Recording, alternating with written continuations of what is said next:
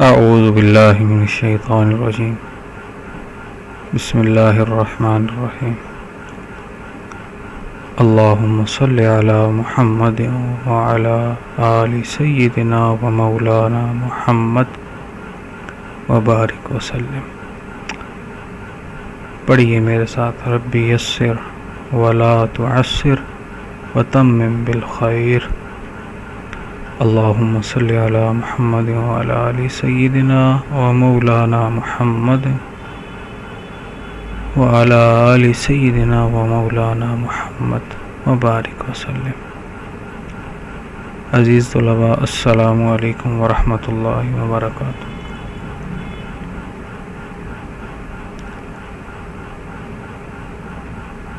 آپ کے علم میں ہوگا کہ آپ کی مڈ ٹرم کا آغاز ہوا چاہتا ہے۔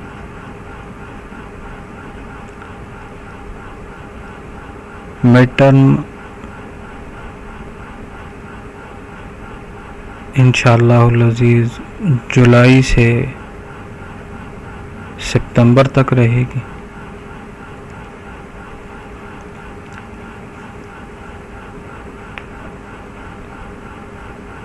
اس میں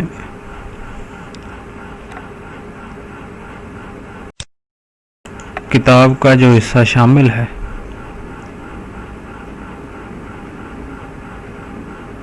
وہ ہم انشاءاللہ العزیز آج جانیں گے بھی اور اس کا آغاز بھی کریں گے۔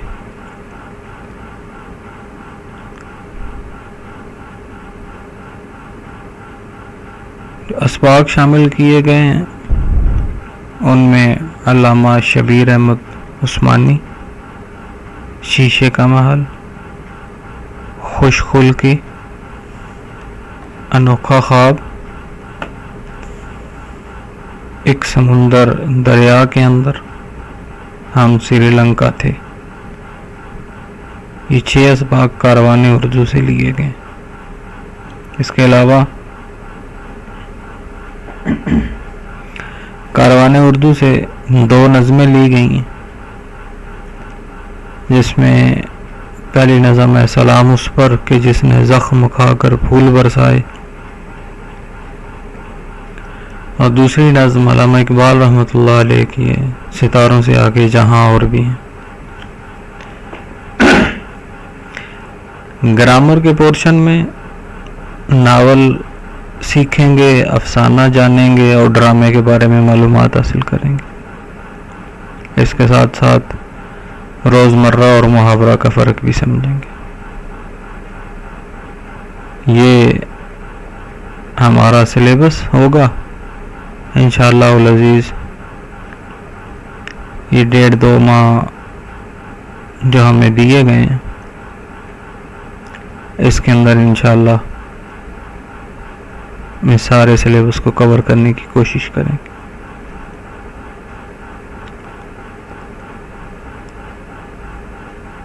اللہم یا ربی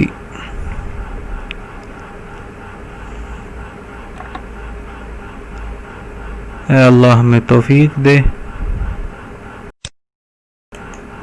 اور ہمارے لیے آسانی پیدا کر۔ پہلا سبق جس کا ہم آج آغاز کریں گے علامہ شبیر احمد عثمانی رحمۃ اللہ علیہ کے متعلق۔ آپ جانتے ہیں کہ یہ خطہ جس میں آپ آزادی کی سانسیں لے رہے ہیں، برِ صغیر سے جدا ہونے والا وہ خطہ ہے جسے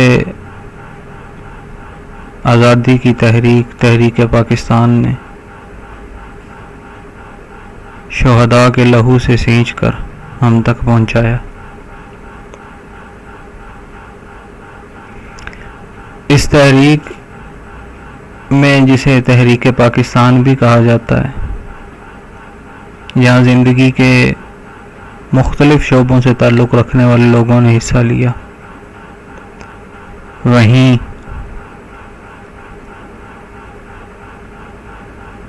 علماء بھی کسی سے کم نہیں تھے۔ علماء کا کردار آج بھی ایک گہری چھاپ لیے ہوئے.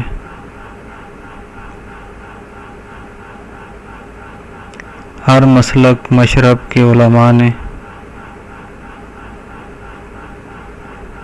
بڑھ چڑھ کر حصہ لیا.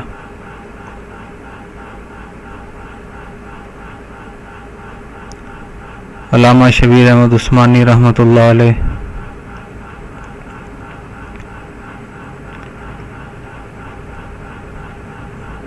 بہت بڑا نام ہے بر صغیر کے علماء میں. ان کی زندگی کے بارے میں یہ سبق ہے، کب پیدا ہوئے، کہاں کون سی تعلیم حاصل کی، اور تحریک پاکستان میں ان کا کردار کیا تھا. اس حوالے سے یہ سبق میں رہنمائی ہے.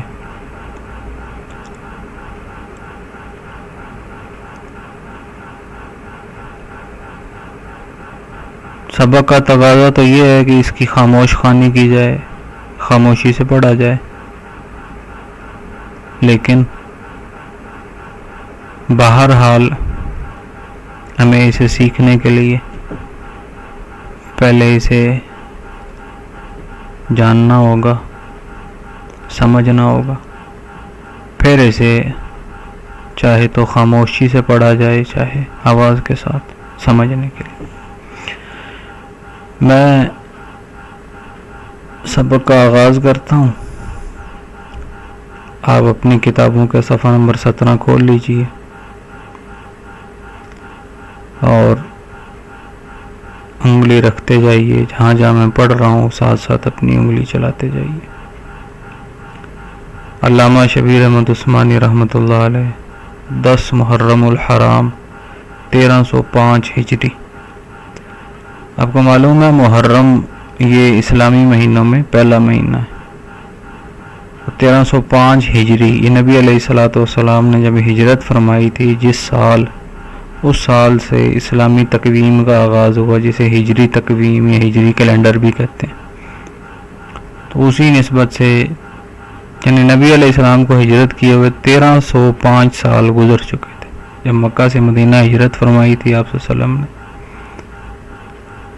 تو 10 محرم الحرام 1305 ہجری کے مطابق 1885 عیسوی میں ہندوستان کے صوبے اتر پردیش میں پیدا ہوئے. آپ کے والد کا نام مولانا فضل الرحمان تھا. علامہ صاحب نے 1312 ہجری میں حافظ نامدار خان صاحب سے قرآن مجید پڑھنا شروع کیا. آپ کے علم میں مسلمانوں کا بچہ پہلی جو چیز سیکھتا ہے وہ قرآن ہی ہے. اس کے ساتھ ہی اردو کی کتابیں بھی پڑھیں، بعد میں فارسی کا درس بھی لیا، یعنی اردو زبان کو بھی سیکھا اور فارسی زبان کو بھی جانا. 1900 میں علوم عربی کا آغاز اور باقاعدہ دارالعلوم میں تعلیم حاصل کرنا شروع کی. 1908 میں درجہ فضیلت اول درجے میں پاس کیا. یہ اس دور کی کوئی ڈگری ہے، جیسے آپ کے ہاں matric, inter, B S C, B A وغیرہ ڈگریز ہیں، اسی طرح درجہ فضیلت اس دور کی کوئی ڈگری ہے. اور تمام طلباء میں اول مقام حاصل کیا، یعنی اول پوزیشن حاصل کی اور دستار فضیلت حاصل کی.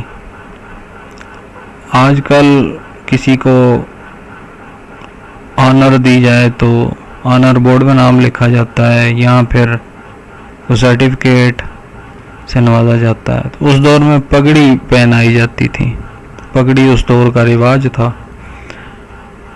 تو جو شخص کامیاب ترین ہوتا، پہلی پوزیشن حاصل کرتا، تو انہیں مخصوص پگڑی پہنائی جاتی جسے دستار فضیلت کہا جاتا تھا. آپ کا عہد طالب علمی نہایت ضروری تھا، یعنی تعلیم کا جو زمانہ ہے، جس زمانے میں آپ رحمۃ اللہ علیہ نے تعلیم حاصل کی، وہ بہت سنہرا، بہت ہی عمدہ دور تھا. آپ اپنے دور کے نہایت ذہین، فتین اور قابل طلباء میں شمار ہوتے تھے، اور اس زمانے میں منطق کی مختلف کتابیں پڑھاتے تھے۔ منطق یہ عقلی دلائل پہ لوگوں کی باتوں کو پرکھنا، حالات کو، واقعات کو، اسے منطق کہا جاتا ہے۔ جب آپ کسی لاجک کے پیچھے چل پڑتے ہیں، کسی بھی بات کی لاجک کے پیچھے چلتے ہیں، تو آپ منطق سے متعلق کام کر رہے ہوتے ہیں۔ مثلا سورج ہمیشہ مشرق سے ہی کیوں نکلتا ہے؟ تو اس کی ایک آپ لاجک تلاش کریں گے۔ تو جب آپ یہ لاجک تلاش کر رہے ہیں، ہم پانی پیتے ہیں تو پیاس کیوں بجھ جاتی ہے؟ ہمیں بھوک لگی ہو تو ہم کھانا کیوں کھاتے ہیں؟ یہ کیوں کا جواب جو لوگ حاصل کرتے ہیں وہ منطق کے طالب علم ہوتے ہیں۔ ایک باقاعدہ فن ہے، اس میں آج بھی بہترین اور کامیاب ایران کے لوگ ہیں، اس کے علاوہ برے صغیر میں بھی بڑے کامیاب منطقی گزرے، لیکن ایران کے منطقی وہ اپنی مثال آپ۔ خیر یہ ہمارا ٹاپک نہیں۔ یہ اسلام کے جو احکامات ہیں ان کے بارے میں بھی بات کی جاتی ہے، ان کے بارے میں بھی جانا جاتا ہے کہ یہ حکم کیوں دیا گیا،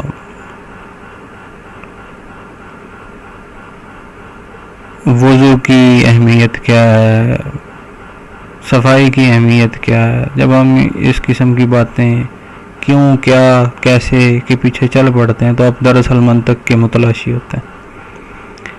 تو آپ رحمۃ اللہ علیہ نے اپنے طالب علمی کے زمانے میں ہی منطق کی مختلف کتابوں کو پڑھانا شروع کر دیا، نہ صرف پڑھا نہیں بلکہ پڑھانا شروع کر دیا۔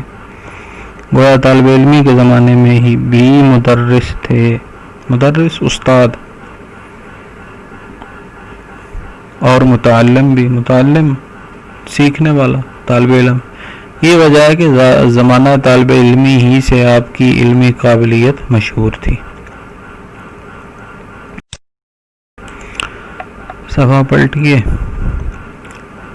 باقاعدہ طور پر تدریس کے پیشے سے وابستہ ہوئے 1322 ہجری ہے، غالباً 1322 ہجری میں باقاعدہ طور پر تدریس کے پیشے سے وابستہ ہوئے۔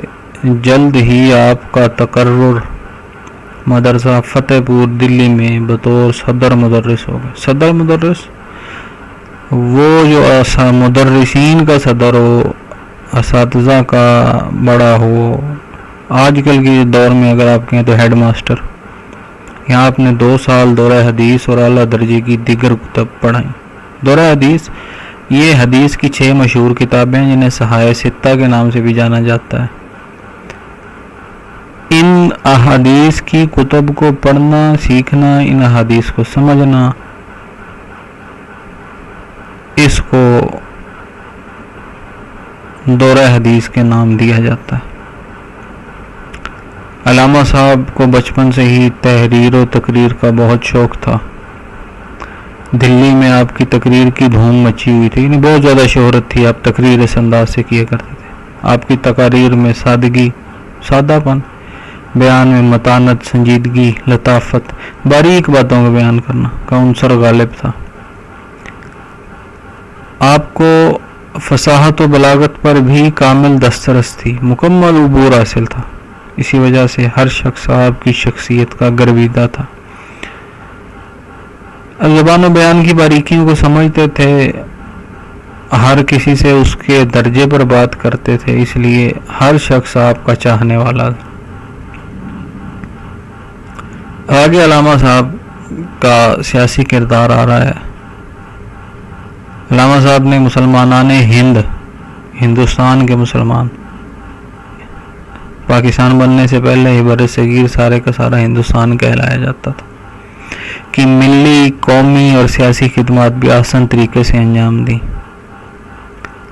1911 ہے میرے پاس پرنٹ، بہت عجیب سا ہے کہ جنگ بلقان اور طرابلس کے مسلمانوں کی امداد کے لیے چندہ بھی جمع کیا اور سیاست میں بھی حصہ لینا شروع کیا.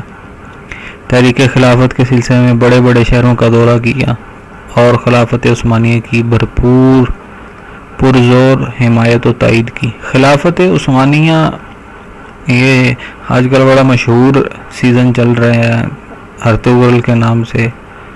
ہمارے پی ایم صاحب نے بھی ریکمینڈ کیا کہ اسے دیکھا جائے. تو وہ جس لڑکے کے والد تھے ارطغرل کی 3 اولادیں تھیں. جو آخری بیٹا تھا اس کا نام عثمان تھا. اس نے ایک ریاست ایک سلطنت کی بنیاد رکھی تھی جس میں اسلامی رنگ بہت زیادہ نمایاں تھا. تو وہ اپنے آپ کو پھر خلافت اسلامیہ کہلواتے تھے. تو انگریزوں نے اس خلافت کے خاتمے کے لیے بھرپور کوشش کی. 1923 میں یہ کوششیں کامیاب ہوئیں اور چونکہ آپ جانتے ہیں کہ انگریز تقریباً آدھی سے زیادہ دنیا پر حکمران تھے. ان کی حکمرانی کو بیان کرنے کے لیے کہا جاتا ہے کہ ان کی سلطنت میں سورج غروب نہیں ہوتا تھا.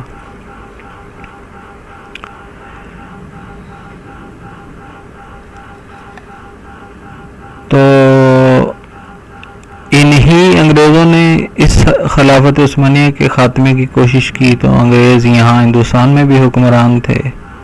تو انہیں اس بات کا احساس دلانے کے لیے کہ خلافت ہم مسلمانوں کے لیے ایک بڑے کام کی چیز ہے لہذا آپ اسے ختم نہ کریں. تو اس سلسلے میں ایک تحریک چلائی گئی جسے خلافت بچاؤ تحریک کہا جاتا تھا یا تحریک خلافت بھی کہا جاتا ہے. تو علامہ صاحب رحمۃ اللہ علیہ نے اس تحریک میں بھرپور حصہ لیا. آگے اب ان کا قیام پاکستان کے حوالے سے کردار ہے. 23 مارچ 1940 کو لاہور میں قرارداد پاکستان پیش کی گئی. تو علامہ صاحب نے بھی مسلم لیگ میں شمولیت اختیار کر لی, مسلم لیگ میں شامل ہو گئے. تحریک پاکستان میں ایک متحرک کردار ادا کیا. وہ آپ کا سب سے بڑا کارنامہ قرارداد مقاصد کے ذریعے پاکستان کا دستور قرآن و حدیث کے عین مطابق بنانے کا اعلان کیا. پاکستان جب بن گیا تو قائد اعظم رحمۃ اللہ علیہ کے بعد اب اول تو قائد اعظم رحمۃ اللہ علیہ نے ہی ایک واضح گائیڈ لائن دے دی تھی ہمیں کہ پاکستان میں صرف اور صرف اسلام کا قانون ہوگا, اسلام کے علاوہ کسی بھی مذہب یا روایت کو ترجیح نہیں دی جائے گی. لیکن بڑا کام غالباً وزیر اعظم پاکستان پہلے وزیر اعظم لیاقت علی خان رحمۃ اللہ علیہ نے کیا. انہوں نے ایک کمیٹی تشکیل دی جس کے ذمے آئین کو اسلامی بنانے کا کام تھا. تو علامہ صاحب رحمۃ اللہ علیہ اس کمیٹی کا حصہ تھے اور آپ رحمۃ اللہ علیہ نے اپنے ساتھیوں کے ساتھ مل کر ایک قرارداد پیش کی قومی اسمبلی کے اندر جسے قرارداد مقاصد کہا جاتا ہے کہ ہمارے آئین کے مقاصد کیا ہیں, ہمارا آئین ہمارے ملک کا دستور کن اصولوں پر بنایا جائے گا.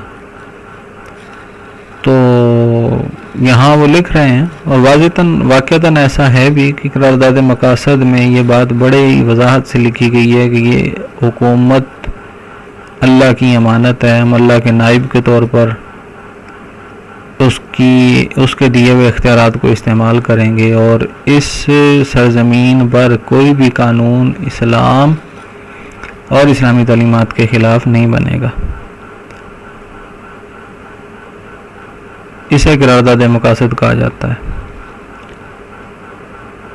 آپ رحمۃ اللہ علیہ کے بارے میں آگے لکھا ہے جی کہ قیام پاکستان کے بعد کراچی میں پرچم کشائی آپ ہی نے کی اور پاکستان کا جھنڈا لہرا کر سبز ہلالی پرچم کی عزت و توقیر کو 4 چاند لگا دیے. آپ نے بانی پاکستان قائد اعظم محمد علی جناح کی نماز جنازہ بھی پڑھائی. جب قائد اعظم رحمۃ اللہ علیہ اس دنیا سے رخصت ہوئے تو آپ نے ان کی نماز جنازہ بھی پڑھی. آپ جانتے ہیں میت کی نماز جو پڑھائی جاتی ہے اسے نماز جنازہ کہا جاتا ہے. آپ نے کئی کتب تحریر کی، بہت سی کتابیں لکھی. ان کتابوں میں تفسیر عثمانی، شرح صحیح مسلم اور شرح صحیح بخاری قابل ذکر ہے. تفسیر یہ قرآن کے کلمات کو سمجھنے کا علم جو ہے وہ تفسیر کہلاتا ہے. قرآن کے کلمات کی وضاحت کے لیے جو باتیں مفسرین کرام لکھتے ہیں کتاب کی شکل میں، اگر اسے تشکیل دیا جائے تو تفسیر بولا جاتا ہے. اس کتاب کو تفسیر کہا جاتا ہے. شرح تشریح، شرح وضاحت، کسی بات کی تفصیل بیان کرنا. تو صحیح مسلم جو احادیث کی کتاب ہے نبی علیہ الصلوۃ والسلام سے منسوب، اس کی احادیث کی وضاحت کے لیے کتاب لکھی جسے شرح صحیح مسلم کہتے ہیں. اور صحیح بخاری جو آپ سے پہلے ذکر ہوا ابھی، صحائح ستہ یعنی 6 مستند کتابیں، 6 ٹھیک اور صحیح کتابیں حدیث کی، ان میں صحیح بخاری بھی ہے. یہ پہلی کتاب سمجھی جاتی ہے. قرآن کے بعد جسے سب سے زیادہ صحیح کتاب مانا جاتا ہے. تو اس کتاب کی شرح بھی تحریر کی، اس میں بیان ہونے والی حدیث کی وضاحت بھی فرمائی. 13 دسمبر 1949 کو مختصر علالت کے بعد، علالت بیماری، مختصر علالت کے بعد آپ دارالفنا سے دارالبقاء کی جانب کوچ کر گئے. دارالفنا فنا سے ہے، فنا فانی ہونا، مٹ جانا، یعنی وہ جہان جو مٹنے والا ہے. دارالبقاء بقاء سے ہے، بقاء کے معنی باقی رہنا، یعنی وہ جہان جو باقی رہے گا. یعنی آپ مٹ جانے والے جہان سے باقی رہ جانے والے جہان کی جانب چلے گئے. یعنی اس دنیا سے آخرت میں منتقل ہو گئے، تو آخرت تو اب ہمیشہ ہمیشہ رہے گی. جناب مفتی محمد شفیع رحمۃ اللہ علیہ، یہ بھی بہت بڑا نام ہے، کراچی کے بڑے علماء میں ان کا شمار ہوتا ہے. جناب مفتی محمد شفیع رحمۃ اللہ علیہ نے نماز جنازہ پڑھائی. اور آپ کا جسد خاکی مٹی کا جسم، مراد وہ جسم جس میں سے روح نکل چکی ہو، اسلامیہ کالج کراچی کے احاطے میں سپرد خاک کیا گیا. یعنی اسلامیہ کالج کراچی میں کے احاطے کے اندر کے ایریے کے اندر آپ رحمۃ اللہ علیہ کو مٹی کے سپرد کیا گیا. پروفیسر نوشابہ صدیقی محقق ہیں، انہوں نے لکھا ہے علامہ صاحب کی تحریروں میں ادبیت کا رنگ غالب ہے، یعنی ادب کی چاشنی زیادہ نظر آتی ہے. اپنی تحریروں میں ایسا رنگ بھر دیتے ہیں کہ ان کی کیفیت کاری کے ذہنی اور بصری پردوں پر نقش ہو کر رہ جاتی ہے. یعنی آنکھوں سے وہ اگرچہ تحریر پڑھ رہا ہوتا ہے مگر ذہنی طور پر وہ علامہ صاحب کے ساتھ سفر کر رہا ہوتا ہے، جیسا جہاں وہ چاہتے ہیں اپنے کاری کو لے جاتے ہیں. ان کی زبان نہایت شیریں، صاف اور دل نشین ہے، بڑی میٹھی زبان، صاف ستھری اور دل میں اتر جانے والی.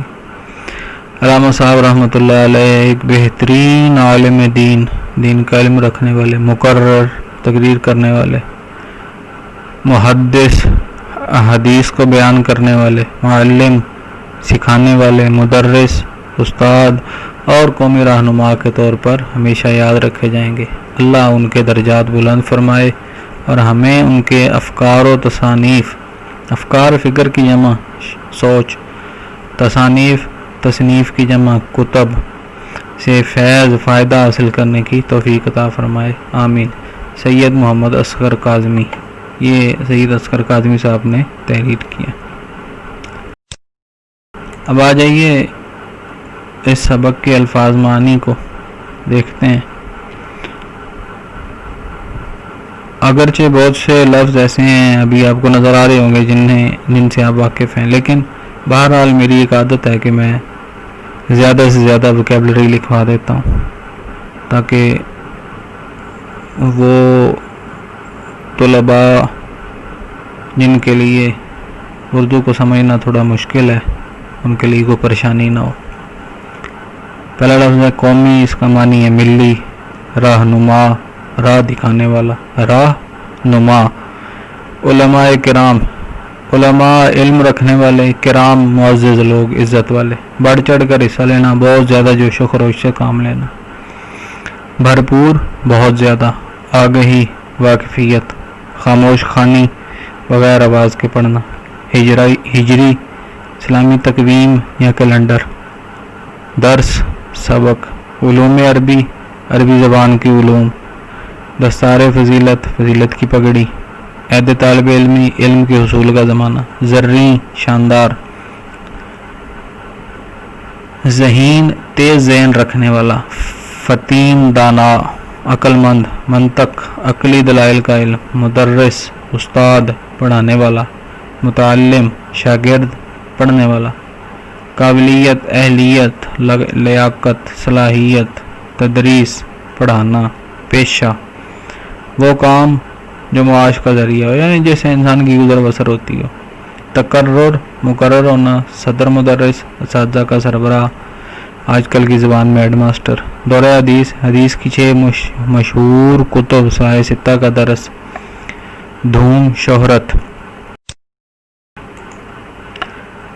سادگی سادہ انداز. متانت سنجیدگی لطافت باریکی. عنصر جزو غالب نمایاں.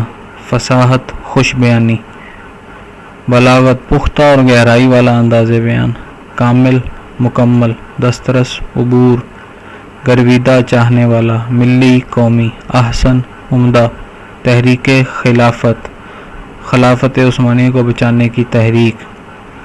حمایت طرفداری. تائید جانبداری کرنا سائڈ لینا. متحرک حرکت کرنے والا. کارنامہ بڑا کام. دستور ملک چلانے کا آئین. قرارداد مقاصد آئین پاکستان کی پہلی اسلامی قرارداد جس کے تحت ملک کو اسلامی قوانین پر چلانے کا وعدہ کیا گیا. پرچم کشائی جھنڈا لہرانا. توقیر عزت و احترام. 4 چاند لگانا شان میں اضافہ کرنا. نماز جنازہ میت کی نماز. تفسیر قرآن کریم کی وضاحت کا علم. شرح تفصیل. شیریں میٹھا. دارالفنا ختم ہو جانے والا جہان. دارالبقا باقی رہنے والا جہان. علالت بیماری. جزد خاکی مردہ جسم. ادویت ادب کا حسن. غالب نمایاں. کیفیت حالت. بصری آنکھوں کا. نقش خاکہ عکس. دل نشیں دل کو اچھا لگنے والا. عالم دین کا علم رکھنے والا. مقرر تقریر کرنے والا. محدث حدیث کا علم رکھنے والا. افکار فکر کی جمع سوچ. تصانیف کتب. فیض فائدہ. توفیق نیکی کرنے کی صلاحیت. عزیز طلبہ، یہ پہلا سبق میں ٹرم کا مکمل ہو چکا ہے. اس کی ریڈنگ بھی ہم کر چکے ہیں اور انشاءاللہ الفاظ معنی بھی آپ لکھ لیں گے. تو اپنی کاپیوں کو خوبصورت انداز میں لکھیے. میڈ ٹرم کا ٹائٹل پیج بنائیے. اس کے بعد سبق کی ہیڈنگ دیجیے اور پھر الفاظ معنی صفحے کے 2 برابر حصوں میں تقسیم کریں گے لائن کی مدد سے. ایک طرف الفاظ دوسری طرف معنی. تو الفاظ معنی لکھیے اور الفاظ معنی لکھنے کے بعد انہیں یاد کیجیے. یہ سلیس اردو لکھتے ہوئے آپ کے کام آئیں گے. آج کے لیے اتنا ہی. مزید کوئی بات سیکھنی سمجھنی ہو تو میرا واٹس ایپ نمبر آپ کے پاس ہے، آپ بلا جھجک مجھ سے رابطہ کر سکتے ہیں. السلام علیکم ورحمۃ اللہ وبرکاتہ.